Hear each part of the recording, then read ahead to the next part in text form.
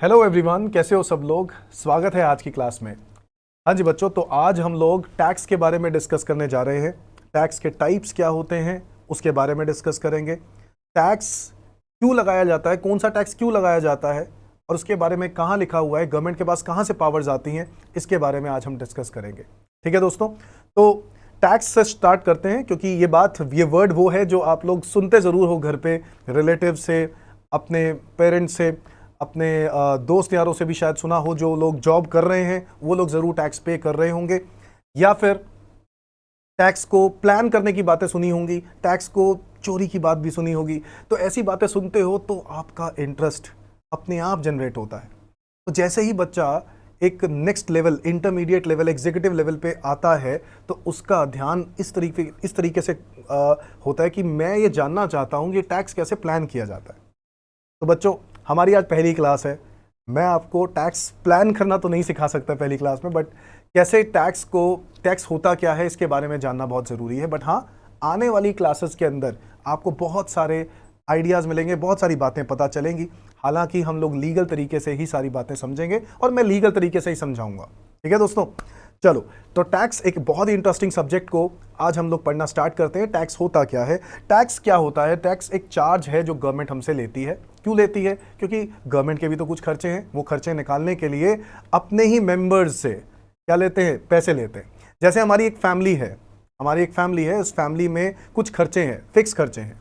घर की इंस्टॉलमेंट जाती है, लोन की इंस्टॉलमेंट, मान लो घर का खर्चा है, राशन पानी का खर्चा है। तो वो जो खर्चा है, इंस्टॉलमेंट जाती है, ये सब खर्चों का टोटल हमारे पेरेंट्स के ऊपर ये बर्डन होता है। धीरे धीरे चाहते हैं हम लोग भी कि हमारे पेरेंट्स के ऊपर ये बर्डन क्या हो जाए, ये ऊपर से हट जाए, कम हो जाए। हम लोग भी चाहेंगे एक टाइम पे आके, है ना। आप लोग जब जॉब करोगे तो आपकी सैलरी होगी, तो जब सैलरी होगी तो उससे जो अमाउंट होगा वो आप चाहोगे कुछ ना कुछ बर्डन आप अपने पेरेंट्स से पिक कर लो और आप उसको पे करना स्टार्ट कर दो। तो एक्चुअल में एग्जैक्टली वैसे ही है। गवर्नमेंट के ऊपर जो बर्डन होता है, हम सब उसके फैमिली मेंबर्स हैं।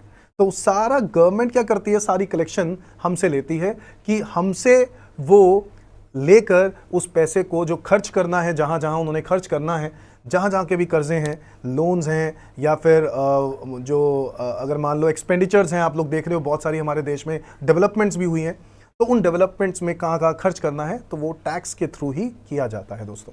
बट ऐसा नहीं है सिर्फ टैक्स ही है, बहुत सारे और जरिए भी हैं, बट मेजर सोर्स टैक्स होता है गवर्नमेंट का। तो बेसिकली हम कह सकते हैं कि tax is a governments revenue. क्या बोल सकते हैं? गवर्नमेंट का क्या है? ये रेवेन्यू है, इसमें कोई डाउट नहीं है। ठीक है जी, टैक्स एक गवर्नमेंट का रेवेन्यू है। और ये जो टैक्स है, ये गवर्नमेंट का रेवेन्यू कहां यूज किया जाता है? पब्लिक इंफ्रास्ट्रक्चर में यूज किया जाता है। पब्लिक इंफ्रास्ट्रक्चर में यूज किया जाता है। और क्या किया जा सकता है? पब्लिक इंफ्रास्ट्रक्चर, सोशल वेलफेयर में आपने देखा होगा, डिफेंस में आज भी पेंशन्स मिलती हैं, बहुत सारे सेक्टर्स में अभी भी पेंशन मिलती है, ऐसा नहीं है कि कंप्लीटली खत्म हो गई है। तो पेंशन जो दिया जाता है वो सोशल वेलफेयर, गवर्नमेंट कहां से पैसा देती है? सारा का सारा पैसा कहां से आता है? आप ही तरफ से आता है, आप ही की तरफ से। Public infrastructure, social welfare, hospitals दोस्तों, एजुकेशन, मेडिकल फैसिलिटी, हालांकि डिफेंस, ये सब चीजें अगर आप देखो, आज डिफेंस हमारा स्ट्रांग है तो कहां से है? हमारे देश में कहीं ना कहीं हमारे वो पैसे दिए हुए, जो हमारा कंट्रीब्यूशन है टैक्स के जरिए जो जाता है, वो कहीं ना कहीं सारी चीज़ों के लिए यूटिलाइज होता है। Public infrastructure, social welfare, education. आप गवर्नमेंट स्कूल्स की फीसेस देखो, कुछ भी नहीं होती, बट गवर्नमेंट स्कूल में जो टीचर्स होते हैं उनकी सैलरी बहुत अच्छी होती है। तो वो जो टीचर्स को पेमेंट दी जाती है दोस्तों, वो इसी रेवेन्यू से दी जाती है। मेडिकल फैसिलिटी, हॉस्पिटल्स का क्या क्या फैसिलिटी है हॉस्पिटल्स में? अगर आप डॉक्टर्स देखो गवर्नमेंट हॉस्पिटल्स में तो वो बहुत अच्छे आते हैं, बट गवर्नमेंट हॉस्पिटल की फैसिलिटीज़ देखते हो तो आपको लगता है यार ये क्या ही करते होंगे। बट ऐसे केस में पैसे भी कितने चार्ज करते हैं? कुछ भी नहीं। तो गवर्नमेंट हॉस्पिटल्स में जो खर्चा होता है वो कहाँ से किया जाता है? टैक्स से किया जाता है। डिफेंस आज हमारा स्ट्रांग है तो इसी वजह से, पब्लिक इंफ्रास्ट्रक्चर में हम तरक्की कर रहे हैं तो वो इसी वजह से, सोशल वेलफेयर तो हमारा है ही है। तो ये टैक्स एक गवर्नमेंट का रेवेन्यू है जो वो इन जगहों पर यूज करता है, खर्च करता है दोस्तों। ठीक है जी, और आपको जानते हो कि टैक्स जो है वो आगे दो टाइप का है। एक डायरेक्ट टैक्स और एक इनडायरेक्ट टैक्स, है ना दोस्तों। एक होता है डायरेक्ट टैक्स और एक होता है इनडायरेक्ट टैक्स। डायरेक्ट टैक्स जिसके बारे में आप लोगों ने सुना जरूर होगा, सर जिसका बर्डन हम शिफ्ट नहीं कर सकते, है ना, सुना है ना? यस, बेसिकली बात बिल्कुल सही है, हम बर्डन शिफ्ट नहीं कर सकते। आज मेरा इनकम टैक्स है, मैं खुद पे करता हूं, मैं अपनी इनकम्स पर टैक्स खुद पे करता हूं, मेरी जगह पे कोई और पे नहीं करता दोस्तों। इसको बोलते हैं tax burden can not be shifted. So direct tax में where tax burden can not be shifted. तो बेसिकली हम लोग टैक्स को समझने के बाद अब हम किसकी बात कर रहे हैं? डायरेक्ट टैक्स की और इनडायरेक्ट टैक्स की। दो टाइप के टैक्स हैं, हम लोग सुनते हैं और हम लोगों ने कहीं ना कहीं सुना भी है, direct tax, indirect tax. Direct tax वो है जिसका बर्डन शिफ्ट किया नहीं जा सकता दूसरी पार्टी पे। मैं नहीं ले सकता हूं। क्या मेरी इनकम्स पर टैक्स आप लोग दोगे? मैं आपसे मांगता हूं मेरी इनकम पर टैक्स दे दो ना प्लीज, दोगे? नहीं दोगे दोस्तों, है कि नहीं? कहोगे सर आप कमाते हो, आप दो, हम क्यों दें? बिल्कुल सही बात है। So tax burden can not be shifted. पर जब मैं इनडायरेक्ट टैक्स की बात करता हूं दोस्तों, इनडायरेक्ट टैक्स में tax burden can be shifted. Tax burden can be shifted, इसमें कोई डाउट नहीं है दोस्तों। टैक्स बर्डन इसमें शिफ्ट किया जा सकता है। यानी बहुत सिंपल सा एग्जांपल है, आप दुकानदार से एक प्रोडक्ट खरीदने जाते हो। मान लो आप एक कैलकुलेटर खरीदने जाते हो, ये कैलकुलेटर है, ये कैलकुलेटर खरीदने जाते हो और ये कैलकुलेटर आपको दुकानदार कहता है 200 रुपीज प्लस जीएसटी। वो आपसे इनडायरेक्ट टैक्स जो है वो आप ही से लेता है, वो अपनी जेब से क्यों नहीं देता? इसका भी एक रीजन है दोस्तों। अगर एक कस्टमर, मान लो ये है कस्टमर, देख रहे हो मेरी ड्राइंग, देख रहे हो, है ना, और एक है दुकानदार, ये है शॉप, ठीक है, यहां पे एक दुकानदार बैठा हुआ है, ठीक है।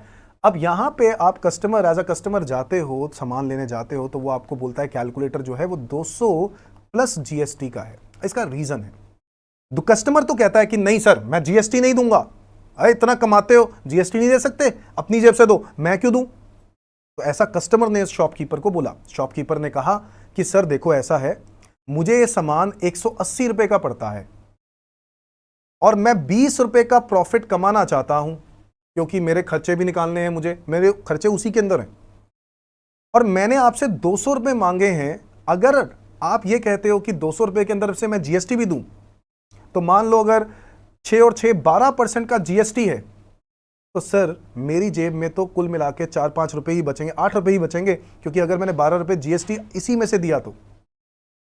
बात तो बिल्कुल सही है ना, उसकी जेन्युइन बात है। तो जीएसटी जो है वो इसमें से नहीं हो सकता। जो भी जीएसटी बनेगा 12%, अगर मैं इंक्लूसिव, मगर मतलब वो ये कहना चाहता है कि 200 रुपए के अंदर ही जीएसटी है, आप खुद ही पे कर दो, हम क्यों पे करें? तो जो भी जीएसटी बनता है आप खुद ही पे कर दो। ऐसे केस में मेरा प्रॉफिट जो मैं सोच रहा हूं, जो मुझे खर्चे निकालने के लिए चाहिए, वो मेरा प्रॉफिट हो नहीं पाएगा। तो एक बिजनेसमैन एक प्रॉफिट एज्यूम करके चलता है, मुझे इतना कमाना है, उसके अलावा जितने भी टैक्सेस हैं मैं बर्डन क्या कर दूंगा? शिफ्ट कर दूंगा। वो गलत नहीं है दोस्तों। ठीक उसी तरीके से मैन्युफैक्चरर होलसेलर से मांगता है, होलसेलर रिटेलर से मांगता है, और रिटेलर अल्टीमेटली आपसे मांगता है दोस्तों। Is that clear? तो कस्टमर शॉपकीपर से टैक्स बर्डन जो है वो रिसीव करता है, कहता है कोई बात नहीं मैं पे करता हूं। तो 200 प्लस जीएसटी, जो भी जीएसटी का रेट है वो इसी के ऊपर वो पे करेगा, इसी के ऊपर वो पे करेगा। तो अगर टोटल अमाउंट 224 रुपए बनता है, तो 24 रुपए का जीएसटी शॉपकीपर कस्टमर से लेगा और आगे जाके गवर्नमेंट को पे करेगा। और देखो कस्टमर गवर्नमेंट को पे नहीं कर सकता दोस्तों, कस्टमर पे नहीं कर सकता, कस्टमर अपनी जेब से दे सकता है, बट शॉपकीपर ही पे कर सकता है, बिकॉज वो एक रेगुलर प्रोसेस में है, रिटर्न फाइलिंग करते हैं, रेगुलर पेमेंट करते हैं, उनके पास टीम होती है ये काम करने की। कस्टमर गवर्नमेंट को जीएसटी नहीं देने जाएगा। मेरी बात समझते हो? इसीलिए शॉपकीपर फाइनली कस्टमर जो कि एंड यूजर है, जो कि अल्टीमेटली एंड यूजर है, उसके ऊपर बर्डन क्या कर देता है? शिफ्ट कर देता है। मैन्युफैक्चरर होलसेलर पे, होलसेलर रिटेलर पे, रिटेलर कस्टमर पे। जीएसटी क्या होता है, जीएसटी के कॉन्सेप्ट्स क्या हैं, इसके बारे में हम बाद में समझेंगे दोस्तों। अभी सिर्फ इनडायरेक्ट टैक्स क्या होता है उसके बारे में बताया। सो इनडायरेक्ट टैक्स बर्डन शिफ्टिंग की जाती है। यस। नंबर 2 दोस्तों, डायरेक्ट टैक्स जो है वो कॉमोडिटी के प्राइस को इफेक्ट करता है। सर हम नहीं समझे सर। इट इनडायरेक्टली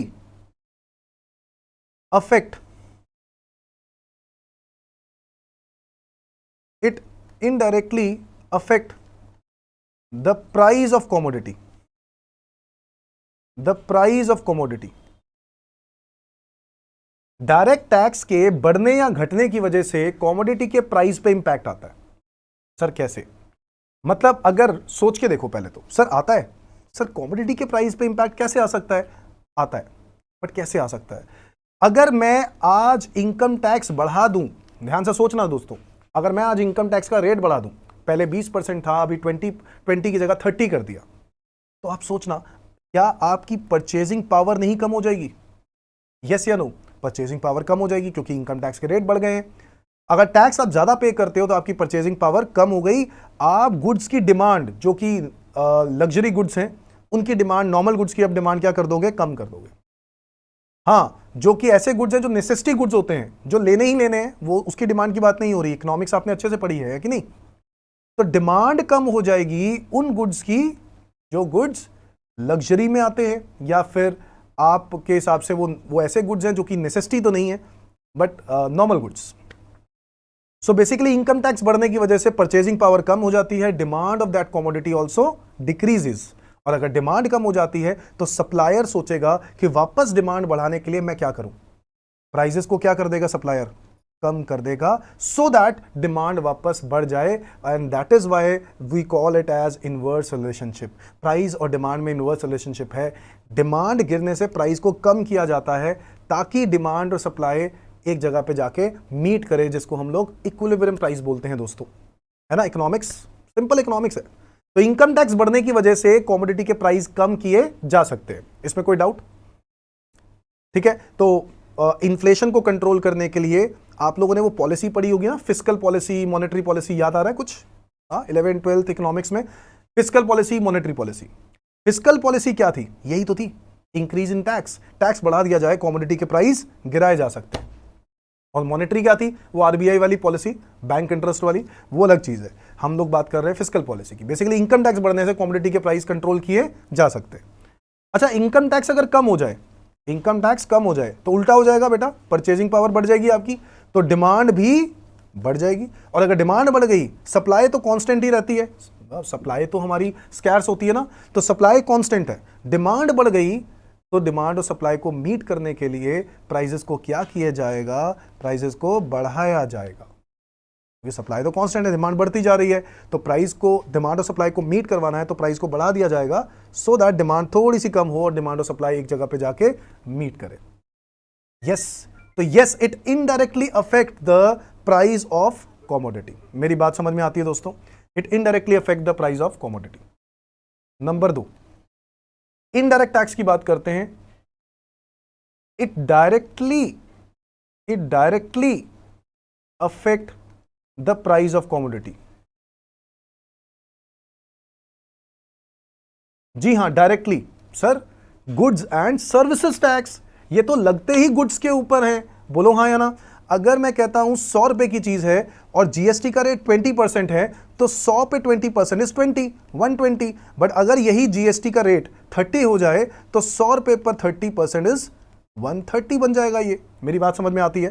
तो अगर टैक्स बढ़ गया तो प्राइस बढ़ जाएगा, टैक्स कम हो गया तो प्राइस कम हो जाएगा, इसमें कोई डाउट है? टैक्स बढ़ गया तो प्राइस इंक्रीज, और टैक्स अगर कम हो गया तो price decrease. Any doubt? So it directly affects the price of commodity.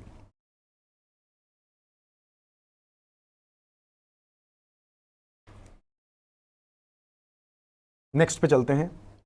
ठीक है, 2 बातें मैंने आपसे करी। डायरेक्ट टैक्स जहां पे बर्डन हम लोग शिफ्ट नहीं कर सकते, इनडायरेक्ट टैक्स जहां पे हम बर्डन शिफ्ट कर सकते हैं। डायरेक्ट टैक्स में जो कमोडिटी के प्राइस को इनडायरेक्टली इफेक्ट किया जाता है, बट जबकि इनडायरेक्ट टैक्स डायरेक्टली इफेक्ट करता है कमोडिटी के प्राइस को। डायरेक्ट टैक्स के अंदर it follows progressive concept. Progressive concept, direct tax progressive concept follow करता है। बहुत ही सिंपल है, इनकम जिसकी ज्यादा होगी वो ज्यादा टैक्स पे करेगा, इसमें कोई डाउट है? बताओ। इनकम कम होगी तो टैक्स भी कम पे करोगे, कोई डाउट है? इनकम कम तो टैक्स भी कम, इनकम ज्यादा तो टैक्स भी ज्यादा, है ना? प्रोग्रेसिव कॉन्सेप्ट इसी को बोलते हैं दोस्तों। आप अमीर हो तो अमीर बंदा ज्यादा टैक्स पे करेगा, जो गरीब है या फिर जिसकी इनकम कम है उसको टैक्स कम देना पड़ता होगा। जबकि जीएसटी में ऐसा नहीं है। अगर मैं जीएसटी के पॉइंट ऑफ व्यू से देखूं तो जीएसटी में प्रोग्रेसिव कॉन्सेप्ट नहीं चलता। एक दुकानदार के पास आप जाते हो, मतलब एक मान लो एक स्टेशनरी की आपकी शॉप है, आपके पास एक BMW कार से कोई पर्सन उतरता है और BMW सामने खड़ी है उसकी, और वो उतरता है और आके आपसे पेन मांगता है। पेन नॉर्मली 20 रुपीज़ का है, बट क्योंकि वो BMW कार में आया तो आप क्या उसको देख के 2000 रुपये का बोल देते हो? हाँ, अमीर है तो पैसे ज़्यादा चार्ज कर सकते हैं? नहीं कर सकते। 20 रुपीज़ का पेन विल रिमेन 20, और जो भी उसके अंदर जीएसटी है वो उतना ही रहेगा। अमीर देखने से उसकी जीएसटी बढ़ नहीं जाएगा। मेरी बात समझते हो? ठीक उसी तरीके से अगर कोई मान लो उसी टाइम पे कोई रिक्शे वाला भी आता है, ठीक है, और वो उतरता है, उसको भी उस पेन की ज़रूरत थी, तो उससे वो देखा रिक्शे वाला है 20 रुपये का पेन है, 2 रुपये में दे देते, तो क्या मैं 2 रुपये का दे सकता हूँ उसको? मैं अपने मन से दे दूँ तो अलग बात है, बट जीएसटी क्या कम हो सकता है? नहीं सर, 20 रुपये का पेन है, 20 रुपये ही रहेंगे, जो भी इसमें जीएसटी था वो ही रहेगा। चाहे आप अमीर हो चाहे आप गरीब हो, इससे कोई फर्क नहीं पड़ता। Is that clear? So it does not follows progressive concept. Progressive follow नहीं करता। अब तुम बोलोगे सर प्रोग्रेसिव फॉलो नहीं करता तो आप रिग्रेसिव लिख लो। हाँ बिल्कुल रिग्रेसिव लिख सकते हैं, बट रिग्रेसिव में भी मैं पूरा रिग्रेसिव नहीं लिख सकता, मैं लिखूंगा पार्शियली रिग्रेसिव। क्या लिखूंगा? Partially regressive concept. Completely regressive मत लिखो, पार्शियली रिग्रेसिव लिखो। मींस इनकम ज्यादा हो या कम हो, tax will remain the same. क्योंकि रिग्रेसिव का मतलब तो ये हो गया कि इनकम बढ़ने से टैक्स कम हो जाता है, वो भी नहीं हो रहा, तो इनकम बढ़ रहा है घट रहा है, इससे कोई फर्क ही नहीं पड़ रहा, टैक्स सेम रह रहा है। तो इसीलिए हम इसको पार्शियली रिग्रेसिव बोल सकते हैं, या आप पार्शियली प्रोग्रेसिव बोल सकते हो, पार्शियली रिग्रेसिव बोल सकते हो, बट आप इसको ना ही कंप्लीटली प्रोग्रेसिव बोल सकते हो और ना ही कंप्लीटली रिग्रेसिव बोल देना चाहिए। समझ में आती है बात? एक अमीर इंसान ज्यादा जीएसटी पे नहीं करता, उतना ही पे करता है एक प्रोडक्ट पे, अगर हम देखें तो। बट हाँ, अगर मैं उसकी कंजम्पशन देखूं, कंजम्पशन वाइज देखूंगा, क्योंकि वो कितना कमाता होगा जिसके बेसिस पर वो उसके एक्सपेंडिचर ज़्यादा होंगे, जीएसटी उसका ज़्यादा ही जाता होगा। तो अगर मैं ऐसे देखूंगा, एक प्रोडक्ट का नहीं देखूंगा, तो ऑब्वियसली वो प्रोग्रेसिव वाला कॉन्सेप्ट लग जाएगा। बट अगर मैं ये देखूं कि नहीं सर, अगर वो एक एज अ कंज्यूमर जाता है तो चाहे वो अमीर हो या गरीब, देता तो उतना ही टैक्स है, तो अगर मैं इस पॉइंट ऑफ व्यू से देखूंगा तो इन tax will remain the same. इसीलिए मैंने बोला आप इसको पार्शियली रिग्रेसिव याद करो, ना ही कंप्लीटली प्रोग्रेसिव है, ना ही ये कंप्लीटली रिग्रेसिव है। समझ में आ गई बात? सो प्रोग्रेसिव रिग्रेसिव समझ में आता दोनों में फर्क?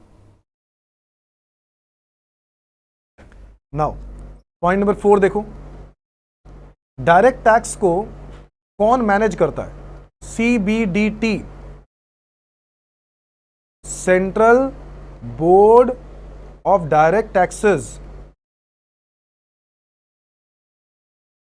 दोस्तों ये वो अथॉरिटी है जो डायरेक्ट टैक्सेस को क्या करती है? मैनेज करती है।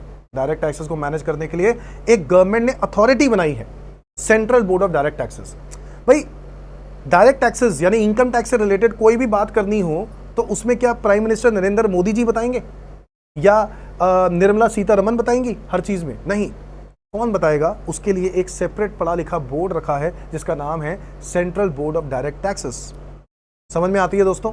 तो CBDT डायरेक्ट टैक्सेस की अथॉरिटी है जो डायरेक्ट टैक्सेस को मैनेज करती है। अब अगर बात करें इनडायरेक्ट टैक्सेस की, तो उसके लिए भी गवर्नमेंट ने एक बोर्ड बनाया जिसका नाम रखा central board of indirect taxes and customs. यानी डायरेक्ट टैक्सेस को मैनेज करने के लिए एक जो बोर्ड है उसका नाम है CBDT, इनडायरेक्ट टैक्सेस और कस्टम्स एक्ट को मैनेज करने के लिए कौन सा बोर्ड है? CBIC। Is that clear? आगे आ जाते हैं दोस्तों। तो ये बातें बहुत इंपॉर्टेंट है भाई, हाँ, क्वेश्चन MCQs में भी आ सकता है, तो बहुत ध्यान से पढ़ना है इसको। CBDT, CBIC। Point number 5, example क्या हो सकता है? डायरेक्ट टैक्सेस में अगर मैं एग्जाम्पल पूछोगे तो इनकम टैक्स एक परफेक्ट एग्जाम्पल है, जो कि आपके सामने टैक्स लगता हुआ है, आपको पता है इनकम टैक्स लगता है। इनकम टैक्स के अलावा हाउस टैक्स, जिसकी प्रॉपर्टी होती है वो ही हाउस टैक्स पे करता है, MCD वाला जो टैक्स होता है, इसमें जनरली बर्डन शिफ्ट किया नहीं जाता। जनरली इनकम टैक्स हो गया, हाउस टैक्स हो गया, आप कह सकते हो कॉर्पोरेट टैक्स कह सकते हो। कॉर्पोरेट टैक्स बच्चों आप लोग आने वाली क्लासेस में डिस्कस करेंगे। कॉर्पोरेट में जो टैक्स लगता है उसको बोलते हैं मैट। क्या बोलते हैं? मैट, मिनिमम ऑल्टरनेट टैक्स, और ये भी एक इनकम टैक्स का ही रूप है। तो income tax, house tax, corporate tax etcetera, these all are direct taxes. जिसका है वही पे करेगा, बर्डन शिफ्ट किया नहीं जा सकता। जबकि जब मैं इनडायरेक्ट टैक्सेस में एग्जांपल देता हूं तो सबसे पहले मेरे दिमाग में जो एग्जांपल आता है गुड्स एंड सर्विसेज टैक्स। कौन सा example? Goods and services tax. इसके अलावा क्या आ सकता है? Custom duty. अब आप पूछोगे सर कस्टम ड्यूटी कब लगती है? Central excise duty. आप ये भी पूछोगे सर सेंट्रल एक्साइज ड्यूटी कब लगती है? Service tax, VAT. वैसे तो सर्विस टैक्स फिनिश हो गया है, सेंट्रल एक्साइज ड्यूटी भी फिनिश हो गया है, बट फिर भी मैं बताऊंगा। VAT, value added tax, CST etcetera, ये सारे वो टैक्सेस हैं जो कि इनडायरेक्ट टैक्सेस हैं। क्या है ये सब? इनडायरेक्ट टैक्सेस हैं। ये सब बर्डन क्या किया जाता है? शिफ्ट किया जाता है दूसरी पार्टी पे।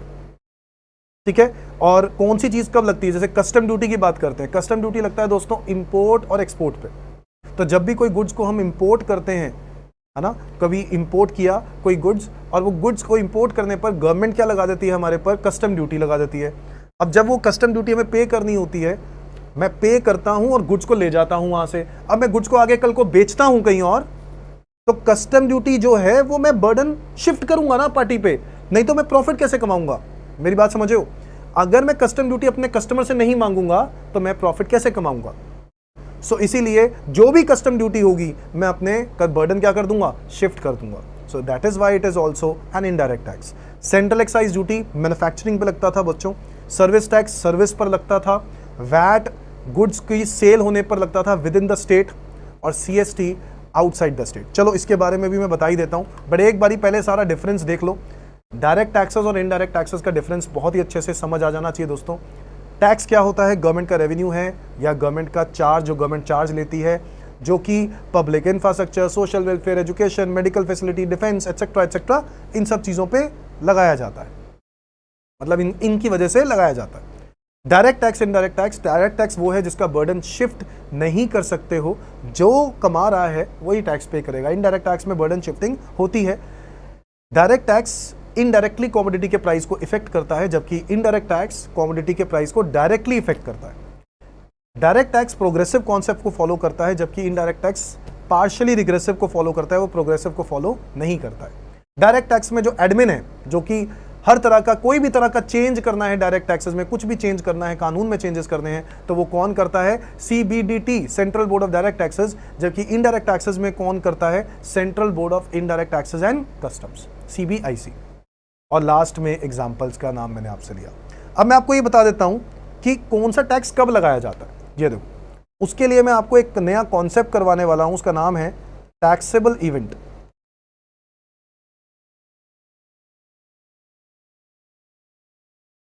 टैक्सेबल इवेंट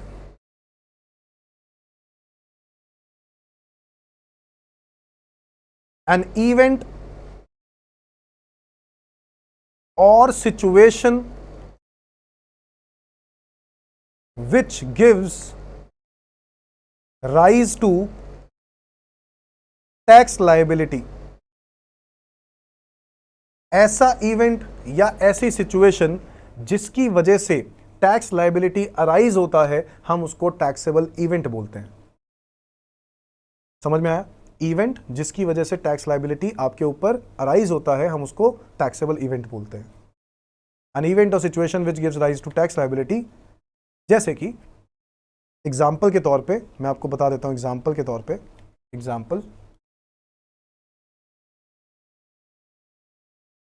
मान लेते हैं ये है टैक्सेस जो मैं लिखने जा रहा हूं, और ये है वो इवेंट जिसको मैं टैक्सेबल इवेंट भी बोलता हूं।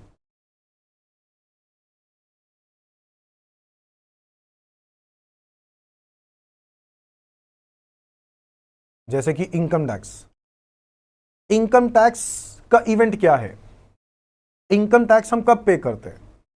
जब मैं अर्निंग टैक्सेबल इनकम, जब मैं टैक्सेबल इनकम कमाता हूं तब इनकम टैक्स लगता है। Sir what is the difference? Sir आपने टैक्सेबल इनकम क्यों लिखा? क्योंकि गवर्नमेंट ने एक लिमिट दे रखी है 2.5 लाख रुपए सबको। गवर्नमेंट ने बोला 2.5 लाख रुपए तक किसी को भी टैक्स नहीं देना। एक इंडिविजुअल आज के टाइम पर 2.5 लाख रुपए तक टैक्स नहीं देता। इनफैक्ट कुछ और बेनिफिट्स की वजह से वो इनकम कुछ और हद तक एग्जेम्प्ट हो जाती है, वो मैं बाद में बताऊंगा। बट वैसे जो नॉर्मली अनाउंस किया गया है वो 2.5 लाख रुपए। सो अर्निंग अ टैक्सेबल इनकम पे ही इनकम टैक्स लगेगा। अगर मैं टैक्सेबल इनकम नहीं कमा रहा हूं तो मुझे टैक्स पे नहीं करना, सिंपल। सो इनकम टैक्स लगने का क्या रीजन है? Taxable income. So this is the event जिसकी वजह से ये टैक्स लगाया जाता है। Number 2, goods and services tax. Sir ये भी बताओ, sir goods and services tax कब लगाया जाता है? जब भी कभी किसी गुड की सप्लाई किया जाएगा, सप्लाई ऑफ गुड्स, या फिर सर्विसेज की सप्लाई, या फिर दोनों की सप्लाई। क्या समझे? अगर मैं ये कह दूं कि किसी गुड और सर्विस दोनों को मैं सप्लाई कर रहा हूं तो भी क्या लगेगा? जीएसटी। सिर्फ गुड को सप्लाई कर रहा हूं तब भी जीएसटी, सिर्फ सर्विस को सप्लाई कर रहा हूं तब भी जीएसटी। Is that clear? अब सर जीएसटी कितने टाइप्स के हैं वो भी हम चर्चा करेंगे, बाद में करेंगे। अभी कौन सी भाई, सब कुछ पहाड़ टूट गया, आराम आराम से करेंगे, सब कुछ करेंगे। थर्ड, इनकम टैक्स जीएसटी के अलावा सेंट्रल एक्साइज ड्यूटी। दोस्तों सेंट्रल एक्साइज ड्यूटी कब लगती है? Manufacture of goods in India, manufacture of goods in India. जब भी आप कोई गुड्स मैन्युफैक्चर करते हो इंडिया के अंदर तो एक्साइज ड्यूटी लगाई जाती है। बट ये central excise duty is now deleted, ये कानून खत्म हो चुका है। क्योंकि जीएसटी जब आया था तो ये कुछ कानून थे जिनको अब सैक्रिफाइस करना पड़ा था, वो था central excise duty, one of the duty. मतलब और भी बहुत सारे हैं but central excise duty is one of the duty, जो कि खत्म हुई, उसके बाद जीएसटी आया। ये कब लगता था? जब भी कोई गुड हमारे देश में मैन्युफैक्चर होता था तो मैन्युफैक्चर होने पर सेंट्रल एक्साइज ड्यूटी लगाया जाता था। Is that clear? सर क्या अभी भी हमें पढ़ना चाहिए? बेटा पढ़ना पड़ेगा, थोड़ा सा पढ़ना पड़ेगा, थोड़ा सा ये कि अभी एक्साइज ड्यूटी किस पे लगता है? मैन्युफैक्चर पे लगता है, बट कौन सी मैन्युफैक्चरिंग पे लगता है? क्योंकि आप तो कह रहे हो अभी ये लगता ही नहीं है। 2 आइटम्स ऐसी हैं जिसके ऊपर ये अभी भी लग रहा है, और वो 2 आइटम्स राइट डाउन, 2 आइटम्स लिखो।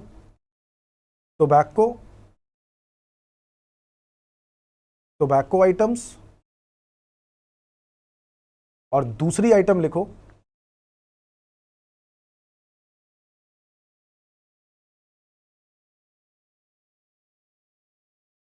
Petroleum products. कौन से प्रोडक्ट्स? Petroleum products.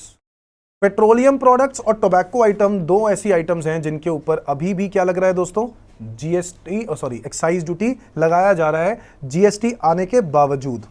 हालांकि जीएसटी आने के बाद वो खत्म हो जाना चाहिए था, खत्म हो गया, सबसे खत्म हो गया। सिर्फ 2 ही आइटम्स के ऊपर ये चीजें लग रही हैं, ये 2 आइटम्स, बाकी सब खत्म। तो मैं एग्जाम्पल भी ना लिखकर मैं यही बोलूं कि यही 2 आइटम्स हैं, है ना, क्योंकि एग्जाम्पल में आपको लगेगा और भी होंगे, नहीं, बस यही 2। इसके अलावा किसी पर भी क्या एक्साइज ड्यूटी नहीं लगाया जाता। ठीक है दोस्तों? अच्छा सर समझ में आ गया सर, इससे पहले मतलब सब पे एक्साइज ड्यूटी लगता था, अब नहीं लगता। हाँ, पॉइंट नंबर 4 की बात करते हैं सर, और बताओ और कौन से? Custom duty. तो हम लोग समझ रहे हो मैं राइट हैंड साइड पे क्या लिख रहा हूं? इवेंट जिसकी वजह से ये टैक्स लगेगा। जीएसटी किस वजह से लगता है? गुड्स की और सर्विस की सप्लाई करने पर। सेंट्रल एक्साइज ड्यूटी कब लगता है? जब मैन्युफैक्चर करते हैं कोई गुड या सर्विस, गुड को। ठीक है, अच्छा अभी आपके दिमाग में ये भी आ रहा होगा sir goods and service tax में आपने सप्लाई वर्ड यूज क्यों किया, सेल वर्ड यूज क्यों नहीं किया? Supply is a broader word दोस्तों, और सप्लाई के अंदर sale, exchange, barter system, transfer, licensing, lease, rental, disposal, ये सब चीजें इंक्लूडेड होती हैं। इसके बारे में हम चर्चा करेंगे जब मैं जीएसटी के बारे में बताऊंगा। बट कस्टम ड्यूटी क्या है उसके बारे में बात कर लेते हैं।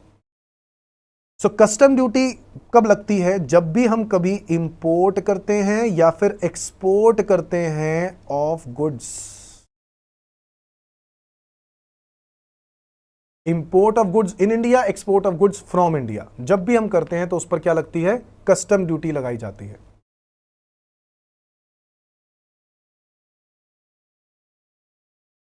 पॉइंट नंबर 5, कस्टम ड्यूटी के अलावा एक टैक्स है value added tax.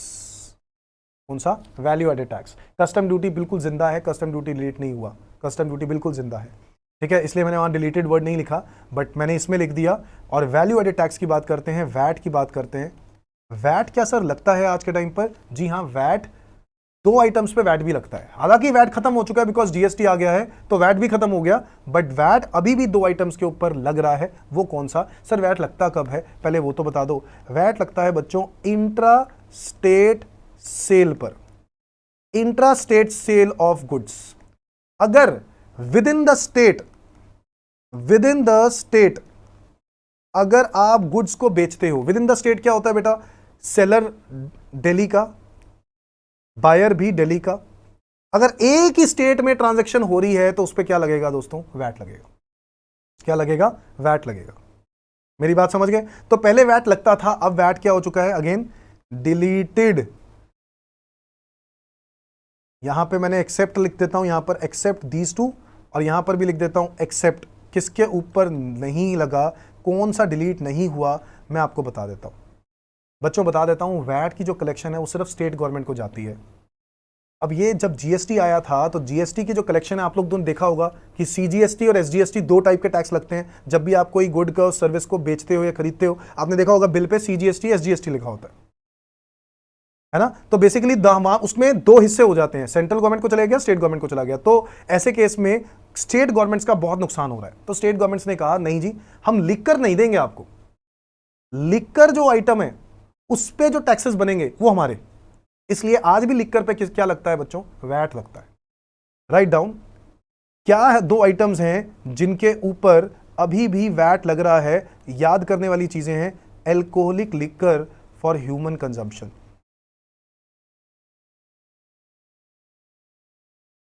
Alcoholic liquor for human consumption, yes sir, alcoholic liquor for human consumption पे क्या लगता है? वैट लगता है। Alcoholic liquor for human consumption पे क्या लगता है? वैट लगता है।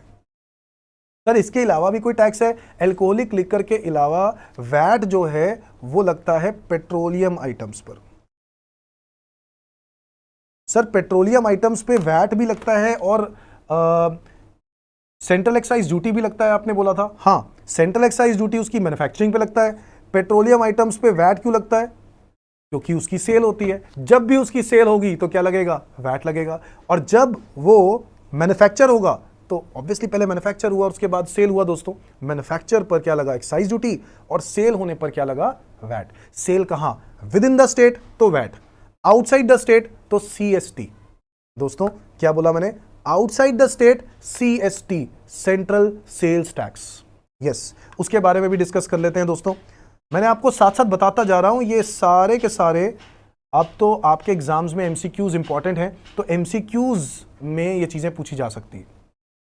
6th point, central sales tax, जिसको हम लोग शॉर्ट में सीएसटी बोलते हैं दोस्तों, ये भी कंप्लीटली डिलीटेड है, कंप्लीटली डिलीटेड है।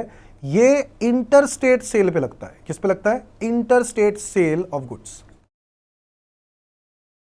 मतलब जो गुड्स जिनके ऊपर वैट लगता है, अगर वही गुड्स आउटसाइड द स्टेट बेचे जाएं, आउटसाइड द स्टेट मतलब दिल्ली का सेलर हरियाणा का बायर, दिल्ली का सेलर पंजाब का बायर, दिल्ली का सेलर यूपी का बायर। सर अगर सेलर दिल्ली का है और बायर कहीं और का है, या सेलर कहीं और का है बायर कहीं और का है, तो ऐसे केस में क्या लगेगा? सीएसटी लगेगा, सेंट्रल सेल्स टैक्स लगेगा। मतलब लगता था, अब नहीं पढ़ना बट पता होना चाहिए, दिस इज डिलीटेड। अब तुम बोलोगे सर फिर किस पे लगता है? किसी पे लगता है? तो बेटा जो ये दो आइटम्स है ना, alcoholic liquor for human consumption और पेट्रोलियम आइटम, वही दो आइटम्स के ऊपर क्या लग सकता है? सीएसटी लग सकता है, अगर वो इंटरस्टेट अलाउ कर दिया जाए तो। हालांकि अल्कोहलिक लिकर इंटरस्टेट अलाउड नहीं है बेटा, बट अगर किया जा रहा है तो इस केस पर क्या लगेगा? सीएसटी लगेगा। क्या लगेगा? सीएसटी, वैट की जगह पे। समझ में आ गई बात? सो इंटरस्टेट सेल ऑफ गुड्स पर एल्कोहलिक लिकर और पेट्रोलियम आइटम्स, इनके ऊपर आज भी सीएसटी कह सकते हैं जिंदा है। और वैट किस पे जिंदा है आपको बताया मैंने। कस्टम ड्यूटी तो कंप्लीटली जिंदा है, कस्टम ड्यूटी को तो कुछ नहीं हुआ। Central excise duty manufacture of goods in India पे, और goods and service tax supply of goods and services of both, और इनकम टैक्स तो मैंने आपको बताया अर्निंग टैक्सेबल इनकम। एक और टैक्स के बारे में मैं बात कर लेता हूं, वो है सर्विस टैक्स। और अगेन मैं लिख देता हूं यहां पर डिलीटेड, क्योंकि गुड्स एंड सर्विसेज टैक्स में सर्विस आ गया और सारी सर्विसेज पे जीएसटी लगता है, अब सर्विस टैक्स अलग से नहीं लगता। तो इसीलिए इसको तो कंप्लीटली डिलीट कर सकते हो। और ये लगता था जब मैं सेल ऑफ टैक्सेबल सर्विस पर। जब भी कोई टैक्सेबल सर्विस हम सप्लाई करते थे, सेल करते थे, तो उस पर सर्विस टैक्स लगता था। वो चीज़ अब खत्म हो चुकी है दोस्तों, डिलीटेड कह सकते हो, कंप्लीटली डिलीटेड। समझ में आ गई बात? सो ये मैंने आपको टैक्सेस की नॉलेज दी है कि कौन कौन से टाइप्स होते हैं, टैक्सेबल इवेंट होता क्या है, और ये सब ये रीजंस हैं जिसकी वजह से ये टैक्सेस लगाए जाते हैं। Is that clear? और मैंने आपको आज डायरेक्ट टैक्स और इनडायरेक्ट टैक्स का डिफरेंस बताया है ना। तो आई होप आपको बहुत अच्छे से समझ में आ गया होगा। कोई डाउट हो तो आप मुझसे पूछ सकते हो। आज की क्लास में हम इतना ही करेंगे, ठीक है। अगली क्लास के अंदर मैं आपको और आगे एक तो संविधान के बारे में बताने वाला हूं, कॉन्स्टिट्यूशन ऑफ इंडिया, जिसमें यह बताया जाएगा कि टैक्स कब से ओरिजिनेट हो रहा है हमारे देश के अंदर, कौन सा टैक्स कब आया था, इसके बारे में बताऊंगा। और इसके अलावा कुछ टैक्स कैसे कैलकुलेट किया जाता है उसके बारे में मैं बहुत जल्द क्लासेस लेके आने वाला हूँ, ठीक है बच्चों। तो करते हैं आज के लिए ख़त्म करते हैं क्लास और अगली क्लास मिलते हैं। थैंक यू बच्चों, बाय बाय।